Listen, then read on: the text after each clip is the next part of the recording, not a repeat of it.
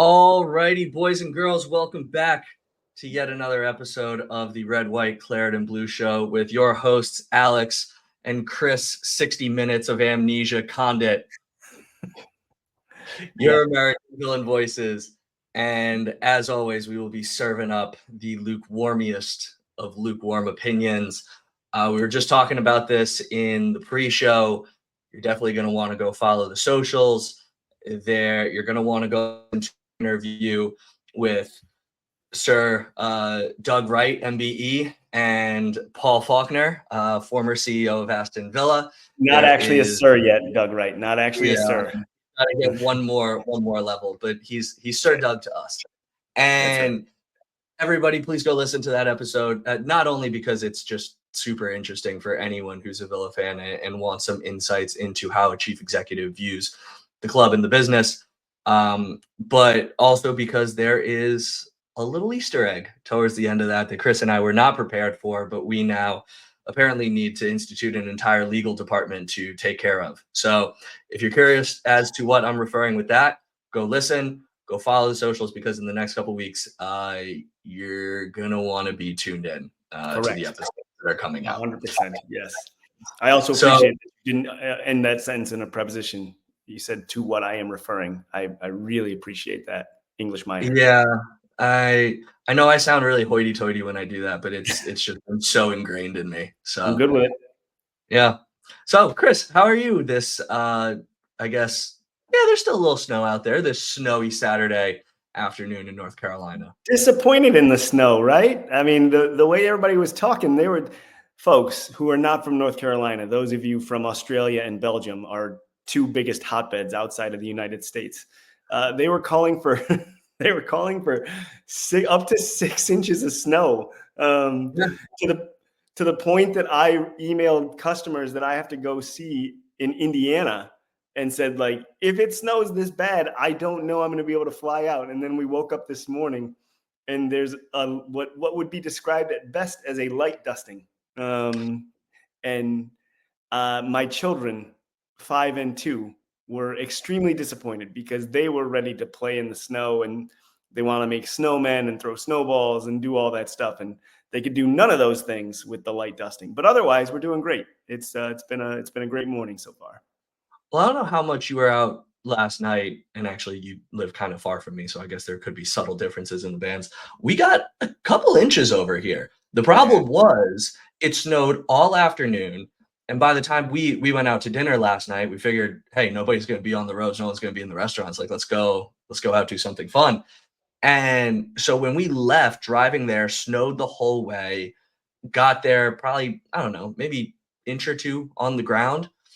And then we came out after dinner later, you'd think it'd be colder, and it was just raining. So I think it just like washed everything away. Yeah. And now it's been 40 degrees all day and sunny. Correct. So yeah, it melted really fast. The kids did get to go play in some ice and snow a little bit though. So they enjoyed that, but they were disappointed when they woke up and could still see the grass. You know, that was not what they were expecting. Yes, well, talk about disappointing and not what we were expecting. Let's talk about West Ham yesterday. And so tactical setup and approach. Unai Emery went for it. I think we can be pretty honest about that. Robin Olsen did get the start due to a late mild injury from Emi Martinez. I think what was most surprising to me, maybe Chris, was something that we did not guess, but the Kamara, Barkley, Tielemans midfield actually continued. Yeah, I didn't think that was going to happen at all, right? Yeah, I was surprised. Yeah. So what'd you think as we were going into it when you saw the two lineups and you saw the fact that Graham Potter was actually on the sideline for West Ham? That was the most surprising thing that happened yesterday, that Potter would be down on the sideline because he was just officially named Thursday, if I remember right. I believe so, yeah. He'd been there for like 24 hours and they were bringing him on the sideline. But so that was a bit surprising. To me, the setup, the big surprise for me was Ross Barkley. I wasn't shocked to see Olsen in goal anyway. Like I had said, I thought Olsen was going to start regardless, but it looks like it was going to be Emi until he suffered a mild injury. So the big surprise for me was that midfield continued. And I I know I'm jumping ahead here, but I think Ross Barkley going out early is going to be a big loss for Villa now. But so really, a lot of it was what we thought out of necessity, because we don't have a whole lot of places we can rotate in spots anymore, particularly up top. But now that Duran's back, will be okay. But so Barkley being out there was a surprise. Everything else, I think we pretty much called. I figured it was going to be Cash on the right. I figured it was going to be Maatsen on the left, and I thought Maatsen played exceedingly well, Yep. and needed better outlet from the defense, and we'll get more into that. But so I thought it was a strong lineup. It made me happy to see it, because I'm glad that they're taking the cup seriously, because like we talked about in the preview, it would be nice to win some silverware, or at least to have a decent cup run, which we've not had for a while. So I'd like to see that. All in all, I was pleased with it. It made a lot of sense the way they set up.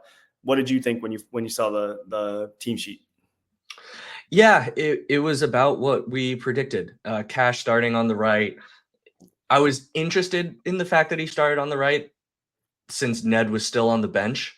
I thought if Ned wasn't starting, it was because he was out the door and sort of not in the lineup whatsoever. But the rest of it, I did find Barkley a little surprising. I thought we might have done Kamara Onana or Kamara Tielemans, but it's worked before. Obviously, you and I think very highly of Ross Barkley. That'll certainly be a loss. I don't think that it worked in the first half. I think that much is very evident, but just because it doesn't work doesn't mean that the choice at the beginning was the wrong one. So Right. yeah, I liked the lineup. Obviously, West Ham went very full strength, I suppose, as well. And so when we think about the first half, I mean, we've said this about matches before with Aston Villa, but it's Dennis Green all over again. They are who we thought they were. Like, they were back, they were compact. They had 11 men within 35 yards of their goal, and for 45, 60 minutes, essentially just told Villa, break us down. And Villa couldn't do it. I don't think that the first half was helped by all the injuries that really just seemed to break up any sort of flow or momentum.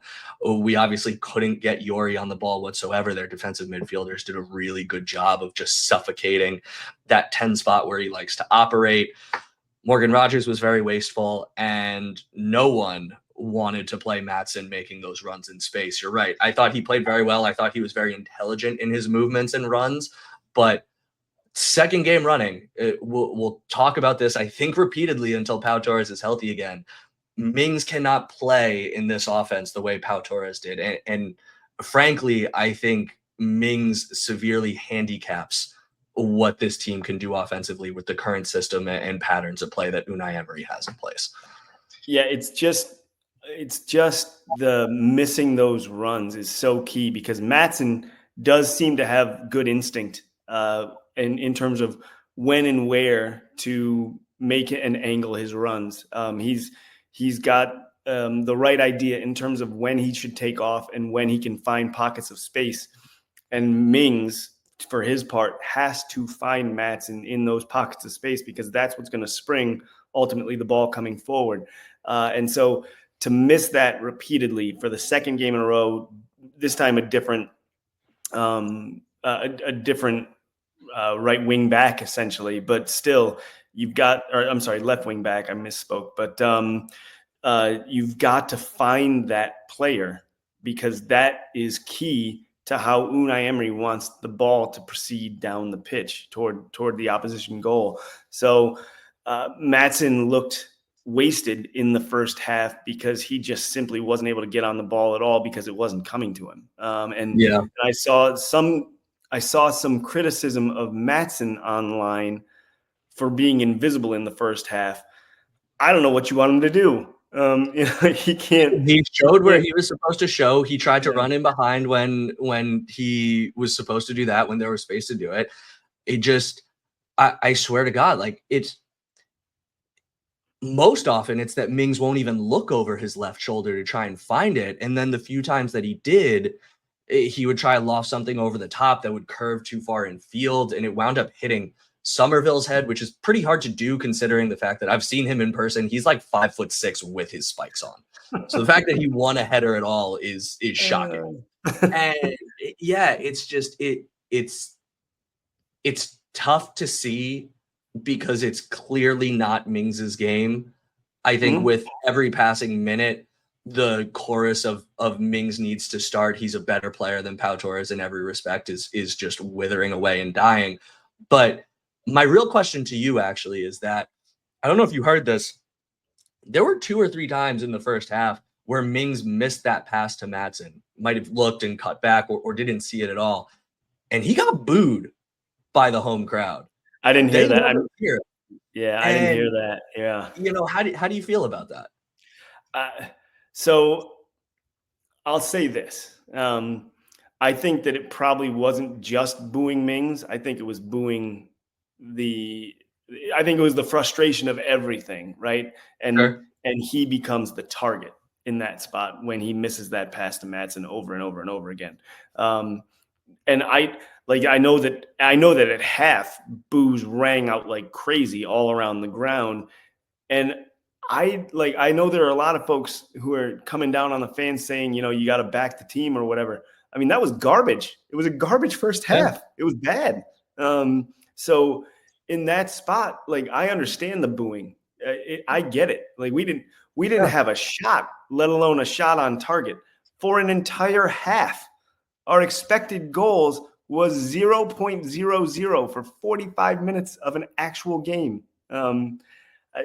Against a god-awful team that concedes goals for fun, by the way, which we said in the outcome. Right. Like that. I mean, I understand the frustration there. And, you know, you give up a goal on the first shot on target again. That's the 14th time this season, all competitions. 14 times. I'm leaning way into the camera because I cannot stress that point. Like, that's an insane statistic. 14 goals on the first shot attempt. Out of how many? We've got 20 Premier League games, 6 Champions League games. We lost second go in the League Cup. Yeah. So that's another 2 more. That's 28, 29 games. Yeah. So roughly half. Yeah. Every other game we're conceding with the first shot on target. Yeah. Like, it's unsustainable is what it is. You can't always come back to win, you know, or in the rare chance that we've been up and we still concede the first shot on target. Like, you can't keep doing this. It's bad. And that, if we can talk about that goal now, since we're talking about it, was a comedy of errors that led to that goal. You highlighted Konsa's slip and misplay. So why don't you talk about that? And I can talk about everything else that went wrong. He's had some poor sequences of play this year, particularly at right back. But for someone who we're normally pretty secure in, as Konsa, smart positional awareness, good tackle, all that kind of stuff, this was one of the worst sequences I have ever seen him play. Running forward, slips, which is ultimately what lets Füllkrug win that header and kind of play that on completely unimpeded. By the way, we got to talk about our groundskeepers for a second, because that's like 2 matches in a row where I've seen our players slipping all over the pitch. But Konsa goes down in the lead up. All of a sudden, I think it was Somerville is kind of running at Maatsen on the left side at pace. And then Paquetá, like, he slows his run. He kind of drifts into the spot by the penalty spot. And it's not particularly intelligent. It's not particularly sneaky. It's what he's supposed to do, present that cutback while there's a dive at the near post. And Konsa just completely loses him. Yep. He doesn't check over his shoulder. He doesn't mark his runners. He's just ball watching. And he loses the run, and that's why Paquetá can make that shot completely unimpeded. Like that, there was one player who was at fault at both ends of that. I don't think there was anything else that Maatsen could have really done with Somerville running at him. It was an easy break, run, simple pass, slotted in the corner. Now, I do think that there's some blame to go to Robin Olsen as well. And this is a player that you and I do not typically like to pile on because, as we've said, he's a backup goalkeeper. Like, how good do you want him to be?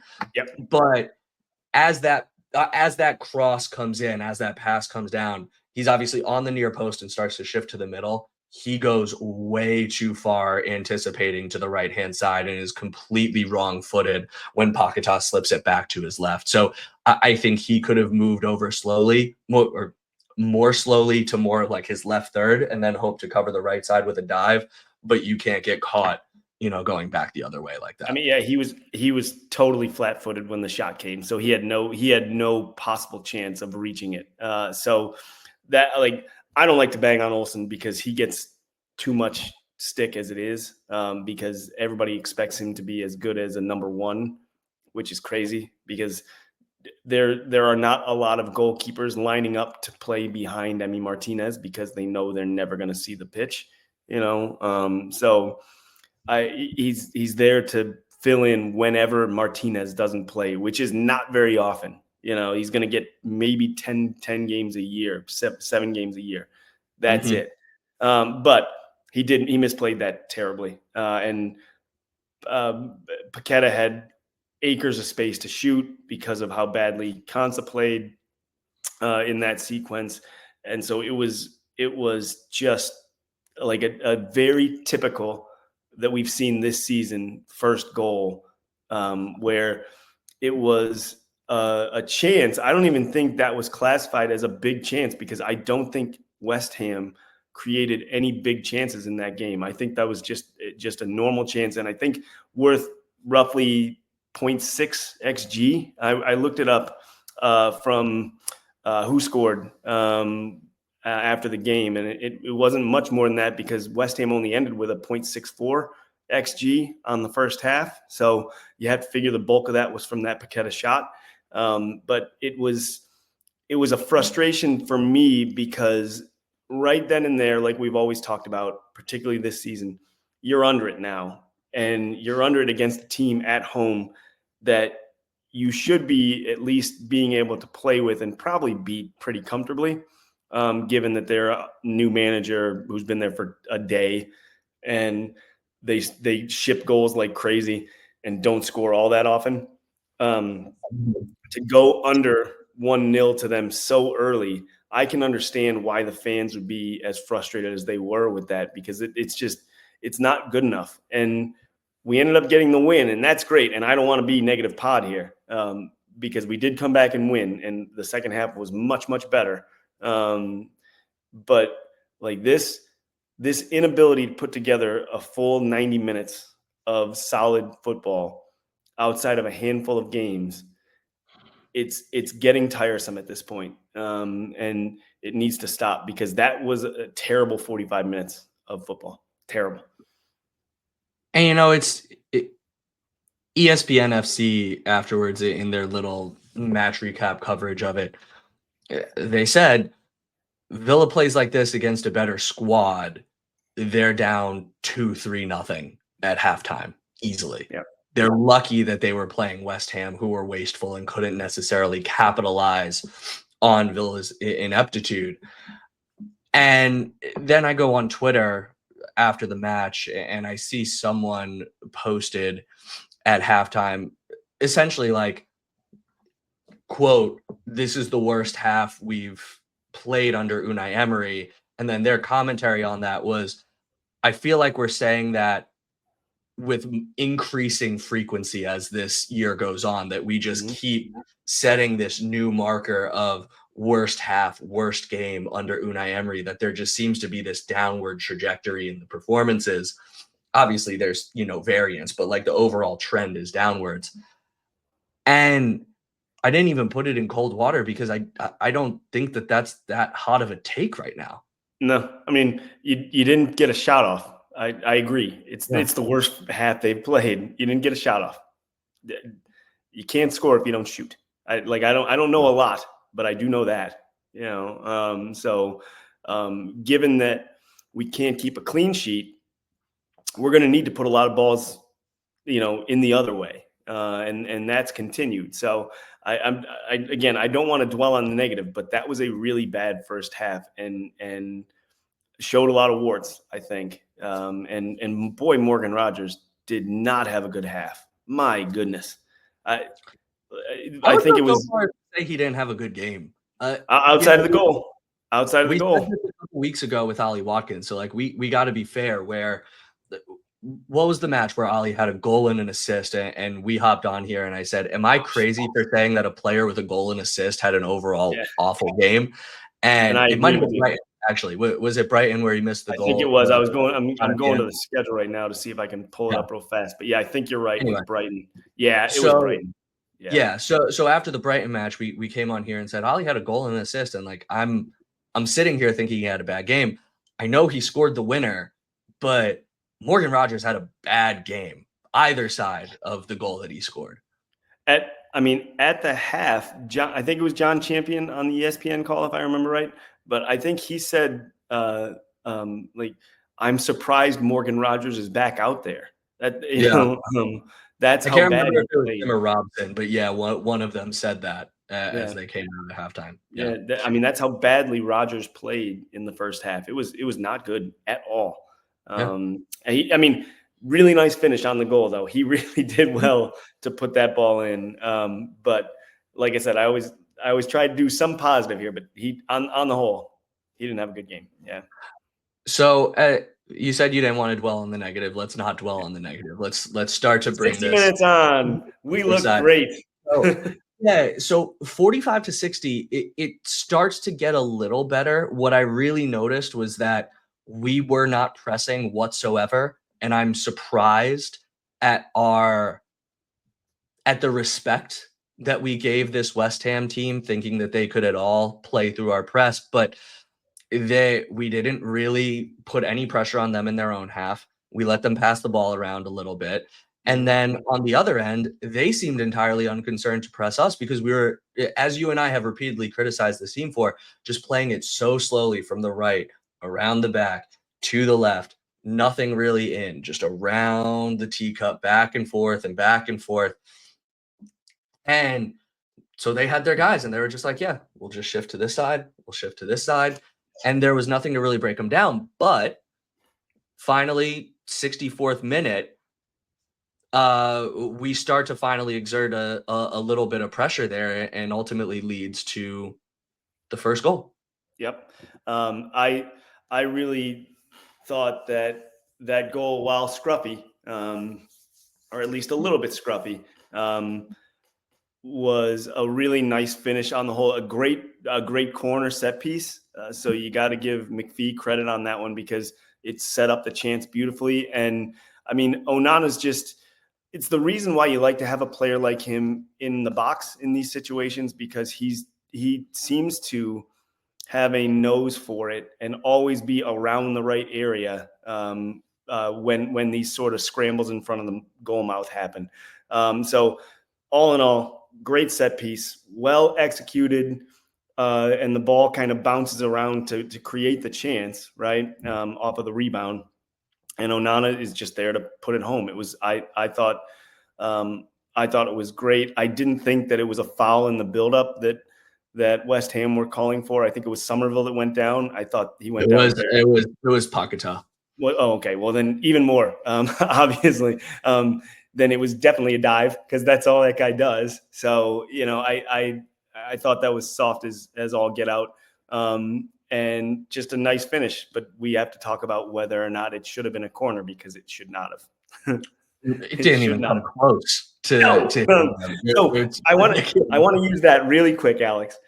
This proves that it's not an anti-Aston Villa bias. It's just incompetence, like we keep trying to tell everybody.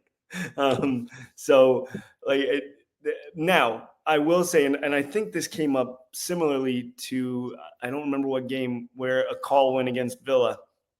And, in the ensuing passage of play, Villa gave up a goal. Like, just because a call doesn't go your way, you still have to play. Like, you have to defend.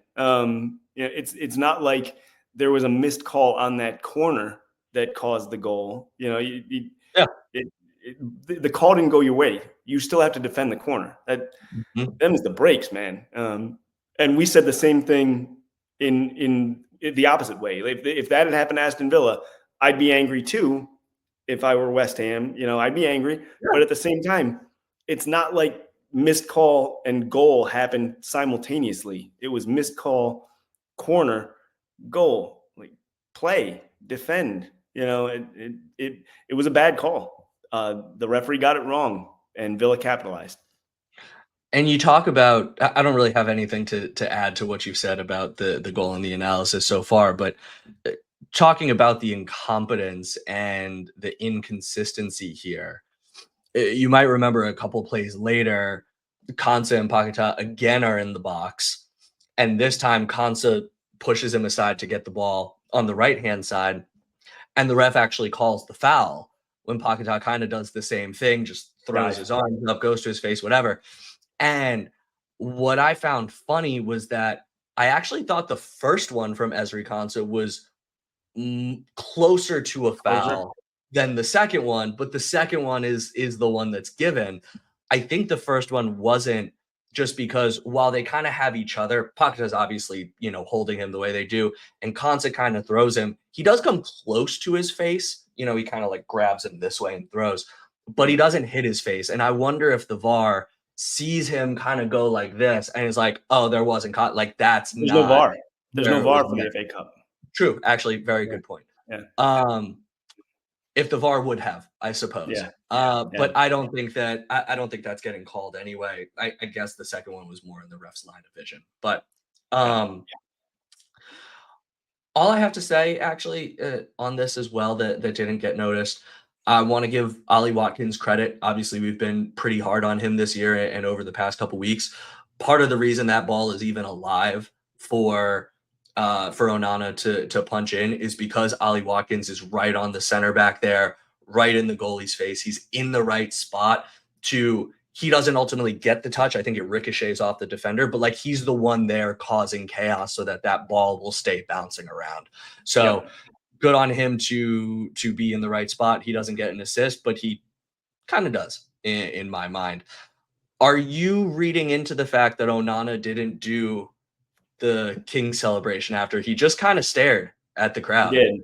So I'll only say no because he did it. He did it after the game in the tunnel when he walked in for social media, for Villa social media. He taps his watch, and So I wish he would have done it though, because I love that celebration. I think it's It's great. a really good celebration. So I know I'm not reading into it. I think that if anything, and I haven't seen if he said anything, to reporters about it or anything like that, but I think if anything, it may just have been that he's had a frustrating stretch of games and he was out for out for a little while, and then also clearly not 100% for a little while. I think for about 4 to 5 weeks, where he's been dealing with nagging injuries.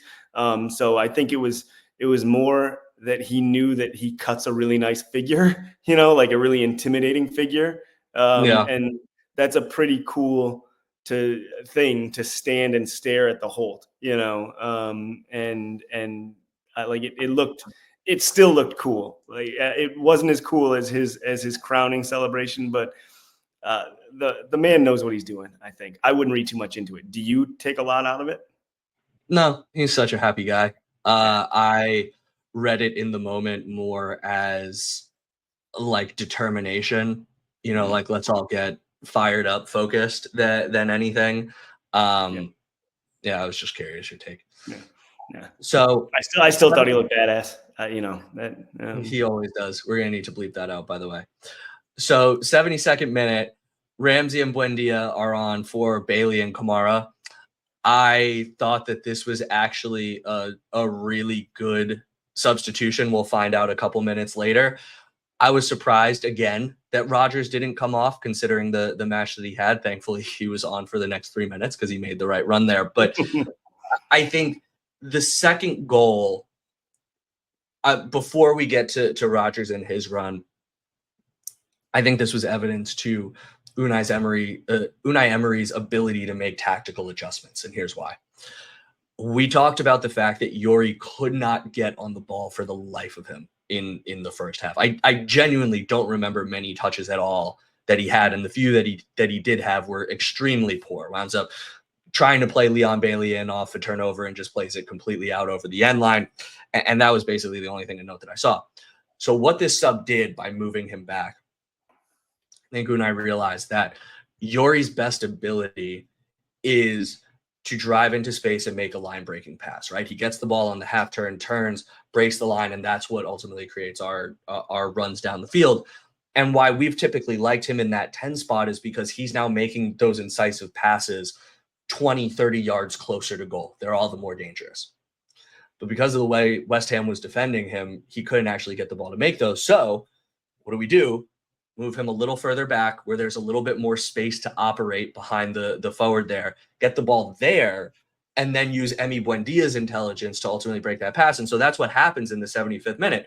Yori gets the ball in the half turn, actually has the space, splits the central defensive midfielders where Emi Buendia is able to operate in the 10, and then we're running. Emi plays in Ali. Again, great credit to Ali for his ability to hold the ball up, be patient, create a little bit of space to get that cut back, and then super smart run by Morgan Rogers to be diving at the penalty spot towards that front post to be able to knock it in.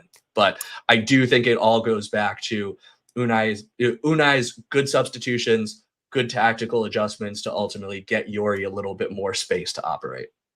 I have nothing to add to that. You said everything, so there's no reason for me to really add anything to that. Other than I'll say I will just echo what you said. I thought that Buendia played very well in the time that he came on, and that's a couple of games in a row now where he's come on and made a little bit of a difference. So hopefully we continue to see more of that from him, because if we can get him going as a bench player and spot starter, then we might really be cooking here if we can get him going forward. And he does something a little different. He's a little quicker, a little shiftier. When you talk about rotation and depth, you don't just want a bunch of like for likes, right? You don't want to sub Morgan Rogers off and bring Jacob Ramsey on, who's just a similar pacey, dribbly left attacking midfielder. Yep. Instead, you're doing something a little different, and that allows us to make these tactical adjustments that we're talking about. So the only other thing that I wanted to talk about in the second half is the 77th minute, just because we spoke about it last week, Jacob Tanswell's piece about Villa being a little bit too honest in their approach to referees. And I thought the 77th minute was exactly that. So you might remember, by this point, Ned has come on. There's a little interplay between him and Konsa. And Konsa, frankly, plays him a hospital ball. And so as Paquetá kind of comes over his shoulder, he realizes he needs to impede him. So he kind of steps over, gives him a little shoulder. And again, Paquetá goes down holding his face, even though it's nowhere near it. He always holds his face. He's always holding his face. Put that aside for a second. What happens when Ned gets the ball and that happens? Him and Konsa both stop and look up at the referee and basically just stare at him. And the ref didn't blow his whistle at first. He waited a second, and when he saw them both stare, that's when he blew it and gave free kick to West Ham. They didn't just get on with it and just play. And I think that kind of did encapsulate what Tanswell was talking about last week.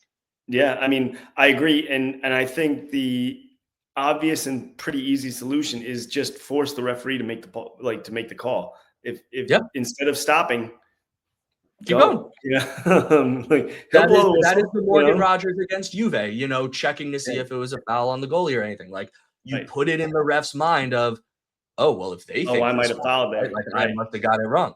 Yeah. Yeah. So I agree. Like, just keep playing. And I don't want to become the team that constantly surrounds the official and throws your arms up at every single call, but that's not what we're saying here, right? You just let the referee make his call. Don't help him, make the referee wonder, oh, did I see that wrong? Or whatever, that's all. Sure. So, and while we're talking about Ned, I thought he played pretty well. Yeah. In the time he was in, he had that one great track back to really block a potential shot on target. He wasn't on for a long spell of time, but I thought in the time he was on, he was another effective sub made by Unai Emery, and we've come down on Unai this year for his inability to pick the right time and person to substitute. So I think he pretty well hit it out of the park in this game. Completely agree. As we move towards good points, bad points, I owe Boubacar Kamara an apology. I think at the beginning of the season, we were talking about how we didn't see him getting in over Amadou Onana. Just with what Onana brought to the table, the fee, the age, the fact that Kamara was coming off the serious injury. I thought Kamara was fantastic, and at times in the first half, you had Matson not getting the ball but making the right runs. I think every time Kamara got the ball, he created a little something. He's been much more creative of a dribbler and a passer than I remembered him to be last season. I think he's actually got some interesting creativity and some different ranges of passing in his locker, and he's been fantastic since re-entering the lineup. So kudos to him, and certainly someone that I want to see us continue to build around. Obviously, the new contract talks means that he probably is. The other one was Ollie Watkins, as I said earlier, goal involved in both the assist and creating the chaos for the first one. Don't think he necessarily missed any opportunities. He obviously wasn't very involved, but no forward was for a long portion of that game. So hopefully he takes a little confidence from that. We'll talk in the Everton piece about who ultimately is going to start on Wednesday. But I want to say he was in the right areas, did the right stuff with the ball on the limited opportunities that he got. And so good match overall for Watkins. Yeah, I mean, total lack of service in the first half is something, right? You can't do anything if you're not getting the ball. So I don't really fault him for that. The other good point that I want to raise is the shirts. My goodness. I mean, I know it's not the game, but holy mackerel, those things look great, didn't they? They looked incredible. Yeah, they were gas. I don't understand the people who don't like them, frankly. Like, what is not to like about that? They're the people that don't want to like anything that we do. Just because, like, the biggest knock I hear is, oh, it looks like a training top that they slapped a logo on.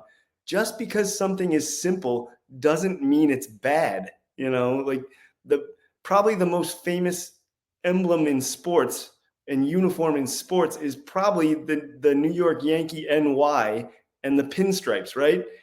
It's nothing. It's a white NY on a blue field and the reverse on their home uniforms with pinstripes. That's it. It's not complicated or fancy. Like, there is beauty in simplicity. And if you don't like this shirt, I don't like you. How's that? Laying down the gauntlet. There we go. That's my hot take. Yeah, that's not so lukewarm, but it's not very lukewarm, but that's fine. It was a beautiful jersey. I thought the celebration was great. Yeah. Awesome. Awesome opportunity. And who doesn't want more collectibles? Like, stop. I got up at 4 a.m. to buy one, and I got one. I'm proud of you. I did not. 401, man. Spend enough money. 401 timestamp on that thing. So, bad points. We've mentioned most of these. The only other one that I wanted to talk about was the fact that Ross Barkley, obviously another injury, out for the next 2 to 3 weeks. It's a more hectic schedule than we would like. Now, granted, 2 less important Champions League games considering where we sit in the table, but we do want to secure that round of 16. Mm-hmm. It's just one fewer option to rotate through the midfield, and that's unfortunate, tough for him, especially since, as we said, consummate professional and been pretty impactful when he's come on to be able to change the game a little bit. Yep, I'm with you. It's the midfield's getting a little light in terms of depth and ability to rotate is my largest concern, Yeah. So when we look at the overall impact on the season, we advance. We move on out of the third round. That is shockingly Unai Emery's only 3rd win out of 8 tries in the FA Cup. It has not typically been something that he has prioritized. As we said earlier, though, leaving with a significant number of questions about our inability to break down that team. Obviously, you never know what's going to happen when a manager gets fired and people play with a little freedom, but it didn't look great. And frankly, I think really benefited from the fact that Crescencio Somerville came off at halftime. They basically needed to play Wan-Bissaka right back as a hybrid right wing back as a result. So Somerville created the first goal. I thought he looked fairly dynamic, so we did kind of benefit from that as well. I'm pleased that we're moving on because it's been so long, not just for Emery, but for the club to get to this round of the FA Cup. And I would, like we talked about in the preview, I'd like to see a little cup run. We haven't had one in a long time, and I'm 99% sure that the last time we advanced to the fourth round, we ended up making it to the final in 2015. So that we got our doors blown off, but we made it, and we beat Liverpool in the semis in that one. So that was in an otherwise pretty bad season. I remember that run very well. I remember going to a bar down in the financial district, which, if you've never been to Fi on a Saturday at 1, it is so dead. I have So not. dead. But we were going to Brooklyn afterwards to meet with some people, so I couldn't go to my usual bar. And it was just me, my friend who Easy. did not give an F about the game, and like 5 Arsenal fans who just tore me a new one for 90 minutes. I hated that day. I mean, it was rough. Yeah, it was rough. But like I said, I would love a cup run. I think it'd be great. It'd be fun for the fans. It would silverware would really be nice. We're obviously a long way from that, but this is one, like Paul Faulkner mentioned. Check out the interview from a couple of pods ago. That would be a big bucket list item for a lot of villains, both here and back in the UK. Yep, absolutely. So we'll put the FA Cup aside for a moment now. I think that's a perfect way to end it, and we will turn our attention to Everton on Wednesday, 2:30 Eastern. David Moyes Everton. Yeah, I said it was away, right? We are away. It is David Moyes' Everton again. No, it is not the mid 2000s as a result.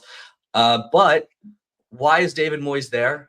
Because so far they have been very, very, very, very bad. And I know that you take a perverse pleasure in this, given your feelings towards their former manager, Sean Dyche, but they have the second fewest goals in the league. They only have 3 wins, which is the second fewest wins in the league. They also only have 8 losses. So when you look at the table, they are in the top half in terms of number of losses, but obviously without the wins and a bunch of draws, they're still only a couple points safe. And the big reason for that, I think, is that no one knows why they're making the signings that they have over the past handful of years, and they largely have not worked. We'll talk about Iliman Ndiaye later, who has been good for them this year, but other than that, young Tim Arogbenam, only 4 starts, only 6 appearances. Beto, big forward signing before last year, only 1 start, only 1 goal. Jack Harrison, who I have a personal connection to, both from NYCFC days, and he's actually a friend of a friend a little bit, but no goal in despite 11 starts and 17 appearances. You just go down the list and they just have guy after guy that is not contributing. Yeah, and it's hard to really overcome that. Yeah, so you have some of that. You have, I should say, that is a big issue, right? They've kind of like we talked about with West Ham, right? Like a lot of the signings, you look at them and you say, like, well, I don't really get that. But I also, and I'm not suggesting that Moyes is going to come in here and they're going to turn into a top half team or something like that. I do. It's very clear that Sean Dyche was playing a certain way, and to his credit, look at me giving him credit, that ended in a lot of draws, right? He was getting a single point rather than giving up the points or taking the loss or whatever, so his brand of football was probably, I think, about right for this squad, because I think he was making chicken salad quite a bit. If I won't finish the phrase since I already have to bleep one thing out of here.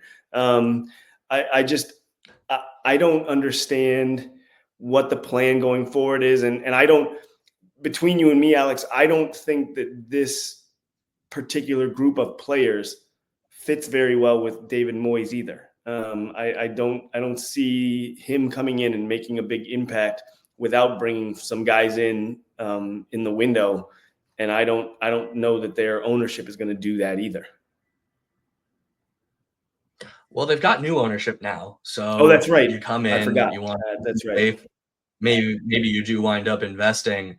I don't know who Yeah. you're getting to go there, but the interesting thought to me is that what he signed a 2.5 year deal. This seems to be a vibes signing more than anything. You know, they had their best run in recent memory, really, under David Moyes, and I guess for that like half year that Carlo Ancelotti was there before he went back to Real Madrid. But even under Moyes, they would be sixth 1 year, relegation battle the next, fifth again. Now they're like 14th, and they were just sort of bouncing up and down every year. And you kind of saw this with Moyes at West Ham too. He never really shook Hmm. that. They get Conference League, 2 years fighting the drop. The only consistent part of his time at West Ham was the fact that everybody hated the football that he played. It was very defensive, very turgid, not dynamic attacking. It was a little like Steve Bruce under Aston Villa, where he had a couple really good attackers in Antonio in his prime, Jared Bowen, etc., and just kind of threw them on there. It was like, go make some magic happen. Sounds like Steven Gerrard. Yeah. So I don't really know what's going to change other than I'm sure Everton has very fond memories of David Moyes being there. I think they're still going to be not very dynamic going forward. They're still going to be in some sort of a 4-2-3-1 and staying compact. And they'll probably just try and use the brilliance of Njai to get enough goals on the counter to kind of keep them up this year. And I don't really know what else to expect other than that. Yeah. And like we talked about in text, the firing of Dyche came at a very odd time, because they played a game that day after they fired him, which never happens. So I did some digging into that. And I can't tell you how reliable this is because it's just rumors from like Everton Twitter accounts, so I don't have like a reliable report. But there's a lot of smoke that there was infighting among the team, and Dyche got into arguments with players, and tensions came to a head, and that is why he's no longer there. And the only reason I bring that up is because it feels like there's some credence to it, because you never make a change day of a game, right? That never happens. So there has to have been some sort of event that would precipitate firing a guy, a few hours before you play a match. So that's, Yeah. that's, there's got to be something there. In terms of what I expect, I think you nailed it. We know who David Moyes is. We know what he's going to try to do. And I expect a lot of the same sort of football that we saw when he was at West Ham, and we saw when he was at Manchester United, and we saw when he was at Everton the first time battling relegation, when he was. So, I think this is a winnable game for Aston Villa and a chance to get some more confidence going forward. Winnable, yes, obviously it's winnable. What I don't want to be mistaken, I suppose, in all of our analysis is us saying that David Moyes is a bad manager or easy to beat. I don't think he's easy to beat. Now, granted, he hasn't been uber successful, but he also did win the Conference League, which Unai Emery could not do with, correct, I would argue, a better squad. So there's something to him. I think we've also seen this year with how West Ham has been under Lopetegui that maybe he wasn't really the issue there, or his tactics or his approach or anything like that, because they've continued to underperform. So look, he'll have only been there for 5 days. So I'm not sure that he's necessarily implementing a whole new system. I think look at them to be compact and try and hit on the break. And then also, we didn't necessarily play great against Everton the first time, right? We went down 2 goals. We're down 2-0 despite some measure of dominance and needed to score 3 to ultimately come back. You might remember we conceded on their only 2 shots on target. That was the first time, one of the first times that they scored with the first shot. McNeil off the turnover on Ezri Konsa curled that beautiful one into the corner. And then Dominic Calvert-Lewin actually wound up muscling Pau Torres off on just a long ball over the top and kind of made something happen from nothing. Luckily, we wound up pulling it out. And also lucky for us, both those guys have been injured. Now, their target return date is Wednesday for both of them, but who knows if they'll make it. Calvert-Lewin in particular, obviously very injury prone. So really who we're looking out for is just Njai. He's leading the team in goals with 3, but leading a bad team in goals. Good summer signing, tricky winger, something that Villa have not necessarily done great with. And I think that we just need to put our focus on him. And if we can do that, dare I say, we might be able to achieve the mythical clean sheet. I mean, I don't want to get to my prediction, but I thought the same thing. Well, let's get to the Villa side of it at least. And Chris, how are you approaching this if you're Unai Emery? And I think the biggest question is for you, is John Duran walking right back into the starting lineup? Well, we'll see, won't we? I'll start at the back. How's that for a tease? Okay. I'm assuming Emmy is healthy. He's back in net. You got Cash, Konsa, Mings, Luka Dean across the back. Kamara and Tielemans, Bailey, Rogers, and JJ is the way that I've got it set up for once again putting JJ on the left, only because I don't know. I guess you could pull Tielemans forward, go Kamara, Onana, and put Rogers over there. But I think those are your only options really at wing at the moment. Assuming nobody else comes in the next 24 hours. And then up top, I have John Duran starting once again. But I'm not sure if that's what Unai is going to do. I wouldn't be surprised to see Watkins back out there from Emery's perspective. So what do you have for a lineup, Alex? Yeah, I have Cash, Konsa, Mings, Luka Dean, Emmy in net, assuming he's healthy. I actually do have Kamara, Onana starting with Tielemans in 10, Rogers left, Bailey right. And then I think that Ollie Watkins is going to start again up top. I think he, not in terms of performance, but in terms of numbers, he has done just enough for Unai to keep with him to persist. And kind of as we said when John Duran got the red, there's a little bit of man management here of don't get too big for your britches. If you screw up, we can still punish you and hold it against you. So I think there will be one match off and then potentially Duran starting with Arsenal on the weekend when Ali again doesn't score. I went with the double defensive midfield because I don't get the sense that Emery wants to start Jacob Ramsey again just yet. So I think he's going to keep him as an option off the bench to bring on to the left wing, move Rogers around, maybe Tielemans back. I still think Tielemans has been more effective in the 10.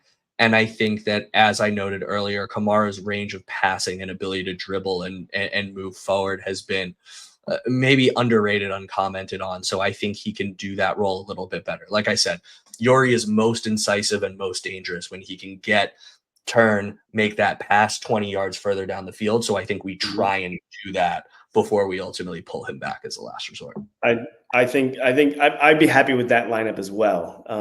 And like I said, I'd start Duran, but I could see Unai Emery starting Watkins. Yeah.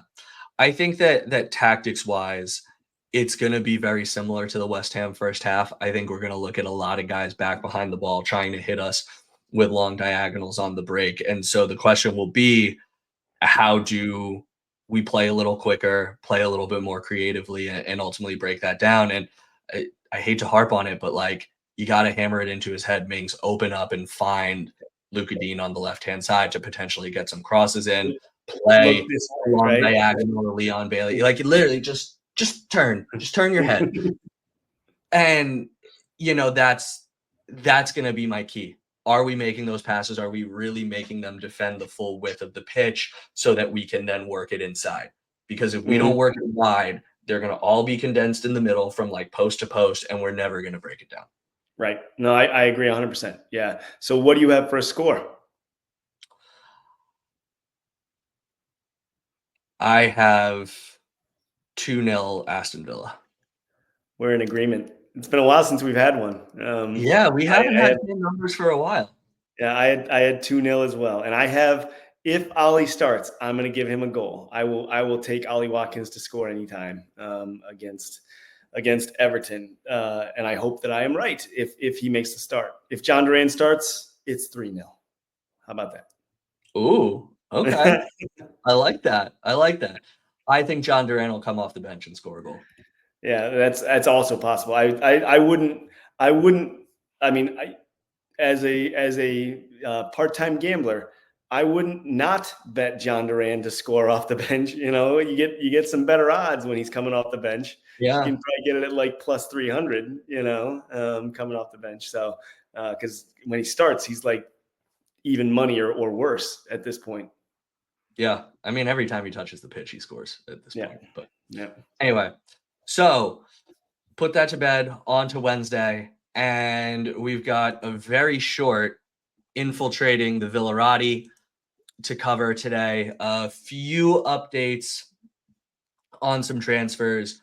So first, let's start at the back. Diego Carlos seems increasingly likely that he will be headed to Turkey and Fenerbahce. 10 million has been the rumored price, but the fact that he has not been in the last two squads due to some small injury would seem to indicate that they're pretty close, just dependent on another center back coming in. Now, interestingly, none of the center backs that we've really talked about as being an immediate replacement, but there has been movement on the Ashkan link. So supposedly he is coming for a medical. Again, that was rumored to be about 8 million, give or take, from Kasım right? I right. I believe. think so. So that's interesting. I think he's And he's one that, supposedly flying in like tomorrow, right? If I yeah, remember right, he's flying in this week to have medical, like you said. So that seems pretty well close to done. And you have to figure when one gets done, the other's going to drop, and that means Carlos will be on his way out. now interesting with that one is I don't really see him as a replacement for Carlos, as we've discussed. He's Yeah, 18. He's really played primarily on the left-hand side. Now, I actually don't know if he's right-footed or left-footed, but he's been a left center back and even left back at times. So I would still expect another center back to come in, but that is not the one that is being rumored right now. Things seem to be advancing with Oscar Mingueza. yeah. And there seems to be more and more smoke with that. The one concern I have from that side is, and I think we brought it up before, his defensive play is not looking up to snuff. He's primarily an attacking wingback, from what I can tell. From both the highlights I've seen, looking at his who scored data and transfer marked and all those places that we look to gather information. In terms of attempting to shore up the back, I don't think this is it. So he does look a very talented player, but he looks very similar. And maybe this is what Emery's trying to mold the team to be, right? Where we're going to stay wide and attack down the wings, and he's going to use eventually either side, not necessarily both at the same time, but either side to imbalance the field one way or another. And he wants that flexibility. That's what I have to assume at this point, because those are the players he's bringing in. Yeah, I kind of made my thoughts on Mingueza clear in the last pod, so everybody can go back and listen to that. Did a little bit of analysis on like where he's been stronger and weaker than other right backs. I compared him to Alex Moreno on the right hand side. I still feel pretty secure in that description, which is interesting because when Moreno came in, it was clear that he was very different to Luka Dean. Luka Dean is going to stay wide on the touchline, playing crosses. Moreno wants to dribble and go inside. And so you've seen the same thing with the Ian Matson Luka Dean debate. They do different stuff well. Mm-hmm. As you just said, this feels like a just steroid version of Matty Cash. So I'm not really sure what difference it brings to our play, our build up, all that kind of stuff, other than what you said, that maybe we just have defensive midfielders dropping in more into a back three and really use the width there. Interesting. I don't see it, but again, full trust in Unai. If he wants him, then there's a reason for it. Yep. Next one, Daniel Malen. The rumors keep increasing, but it seems like Villa and Dortmund just can't bridge that last 5 million. At recent talks, Villa's latest offer was 25 million euro, which is close to 20-ish million pounds, where Dortmund is hoping for 25, 30 million euro. And there just seems to be a difference there. What we've seen over the last couple of days is more and more links to other wingers. The Kolo Muani one has seemed to die down, but now they're talking about Gittins, also from Dortmund, a different winger, Chukwueze from Milan. I have to think that those leaks are coming out from the Villa camp to try and push Dortmund along, right? I agree. I think I think that makes the most sense, because Villa either want Dortmund to finalize this deal and make it happen, or we're done here and we're going to go get one of these other players that we're talking about, or somebody else. So yes, when the leaks like that come out, it's usually pretty easy to tell what side it's coming from, because it's not going to be from Malen's camp and Dortmund. You know, they're not going to say, well, hey, we have this other player you guys can buy as well. Let's leak that to the press, right? Because that leverages their or that takes away their leverage in the bargaining position. So they're not going to do it. It's 100% coming from Villa. But it does, to me, feel like the Daniel Malen deal is dead on the table. It could come back, but you know, we've seen enough of these where it looks like they're not going to come to an agreement. It's really giving Heatrauda from over the summer, I think, where the links kept coming. There was clear interest. At some point, there was a rumor that they had agreed to terms and he was headed to Birmingham or whatever. And then all of a sudden, he's bought somewhere else and sold elsewhere. And I think, to your point, Villa seemed to have put their valuation and their stake in the ground of 25 million, take it or leave it, and we're not going to budge off that. Yeah. Right. I do wonder, you know, it seems like Dortmund's number has kind of gone up over the past couple of days as well, which we talked about Jadon Philogene last week. I do wonder to what degree that deal being announced might have impacted these. Yep. No, that's true. I mean, they saw, hey, you've got more money, right? You just sold this guy for a net $9 million profit after all the maturations of the various parts of the deal. But yeah, it feels dead. You know, I don't know. I could be wrong because we're very far away from it, but it doesn't feel like Malen's going to be coming now, which is too bad, because I did get excited by a lot of what he did, but he did have his shortcomings, and that's probably why Villa are holding firm on the number, because he's not like an out of the box winger that's going to do everything that Unai Emery wants him to do immediately. So struggling on crosses is going to put him in a tough spot in this environment, because if you look, like Leon Bailey played a couple of great crosses in against West Ham in the cup, and there was nobody home to land them. So if we've got somebody who can't cross the ball, now we're stuck in two spots. You know, like we not only is no one there to get on the ball, but we can't cross the ball in from the right wing when Malen's out there, based on the scouting reports that you and I have seen. Yeah. Agreed. Just interesting to note, there seem to be more and more tweets out there saying that Villa value Duran at over 100 million, which is really nice and refreshing to see. The deal, there is supposed interest from PSG. I do want to clarify, I think, a couple things. You and I spoke about this, but there are some tweets out there that have basically said PSG is in contact with Duran's camp. Borussia Dortmund have reached out and inquired about him. John Duran's agent is John Duran's agent, and I think we know how he operates. But what I do want to make clear is that I've gone back and sort of traced the genesis of tweets to the Colombian kick streamer who ultimately blew this up. So I don't know what connections he has to actually say whether this is real or not. But if the tweets I read are accurate and kind of translating from Spanish, he essentially says that these clubs, Dortmund in particular, have inquired from Aston Villa about John Duran. He says nothing about Duran wanting to go, being in contact with the clubs, negotiating with them, or anything, that there's no agreement to personal terms. All he says is many clubs have expressed their interest. Not many can afford him, which I think Yeah. reinforces what we've seen, that Villa has a valuation of him of 80 to 100 million. PSG apparently only value him at 55. Like he's not going anywhere. And frankly, I don't even think he's stirring the pot to push a move the way that we saw over the summer. So links are good. He's a good player. People are going to inquire, but he's not going anywhere.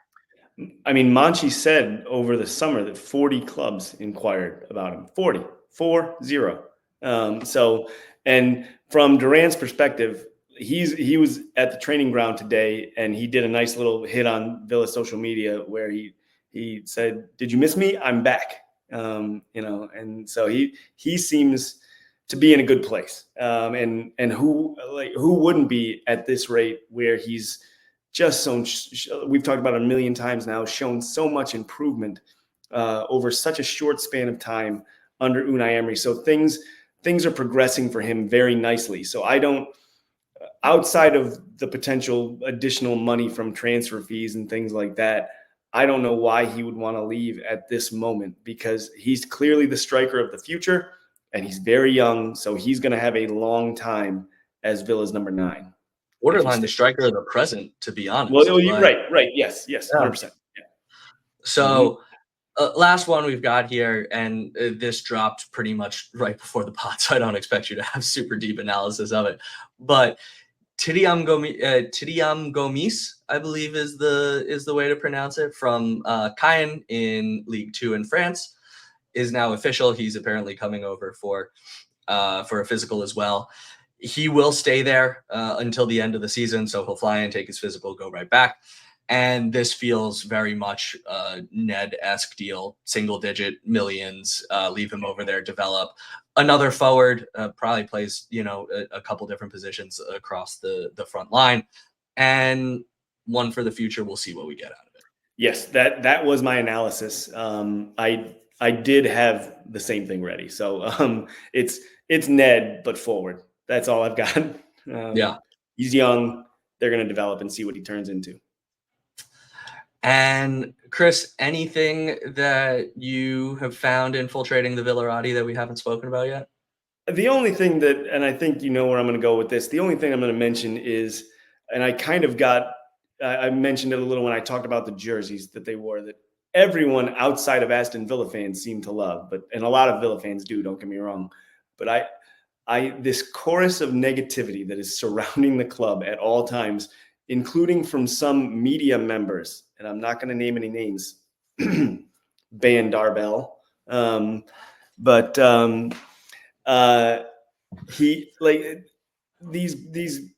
these folks just seem to be against everything the club does and want to poo-poo everything the club does, and it's tiresome.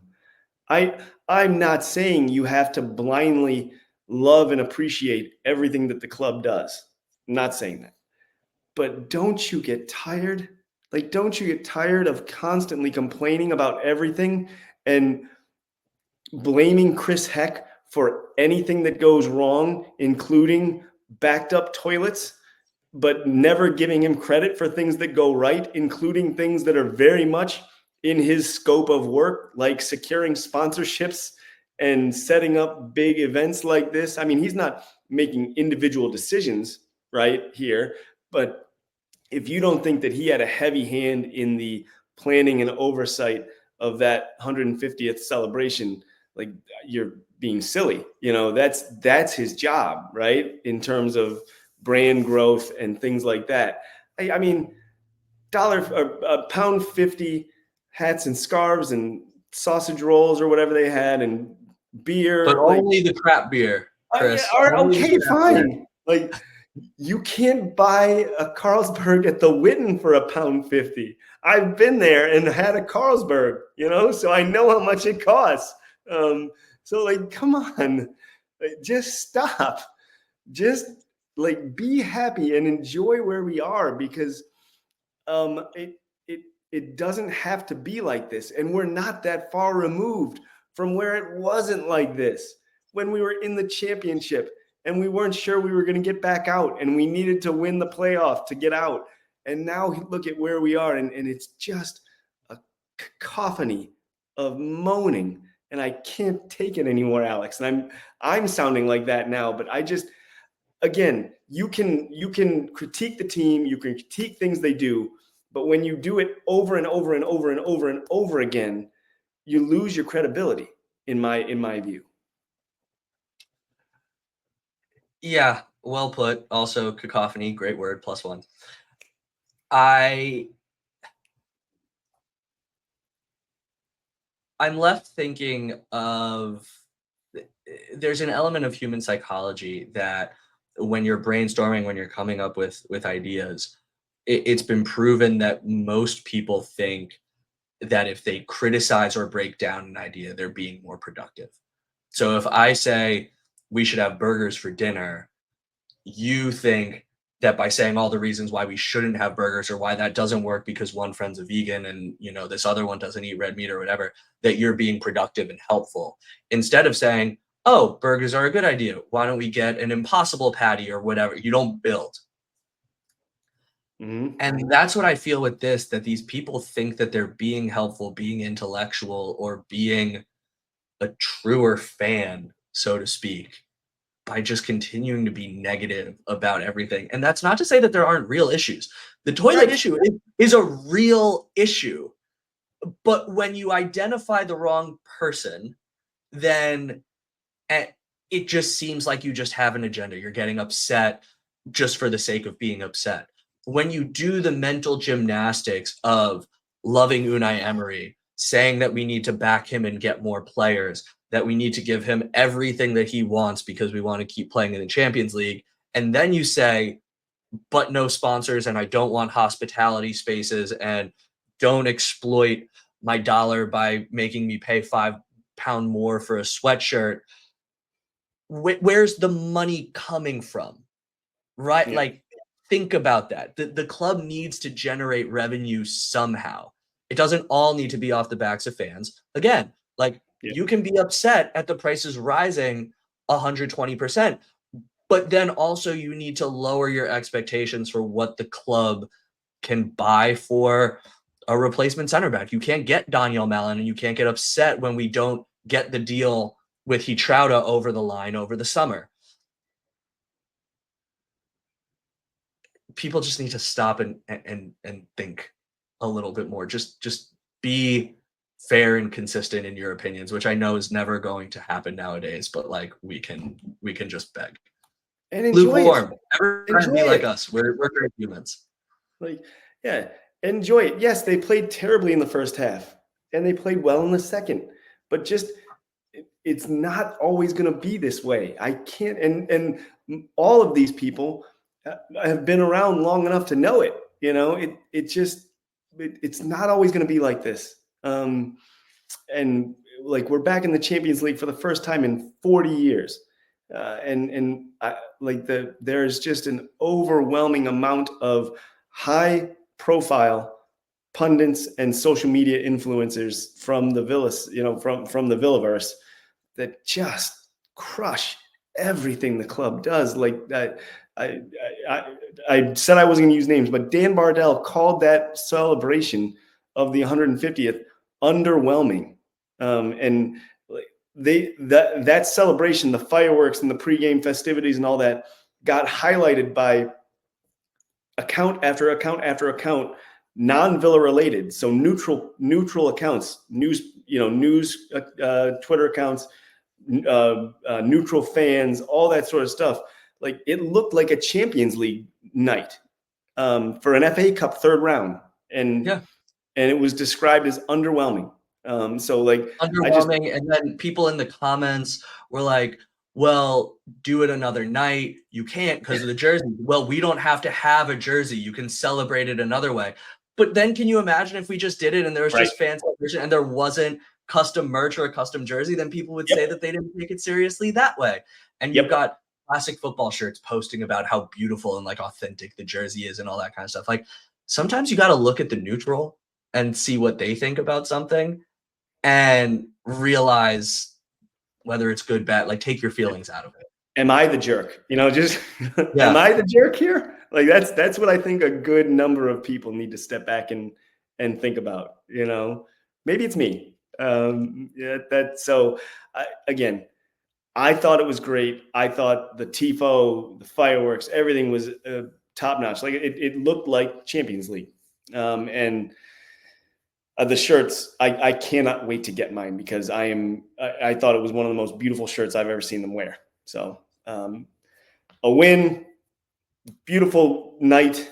Maybe not the best first half we've ever seen, and by that I mean probably like the worst first half we've ever seen. But all in all, we're in the hat, and we're moving on, to Everton. Absolutely. And like you said, Chris, everybody just needs to think it may be me. You know who it's not? It's not us. We're perfect. Love you, buddy. We're on to Wednesday. And as always, up the Villa. Up the Villa.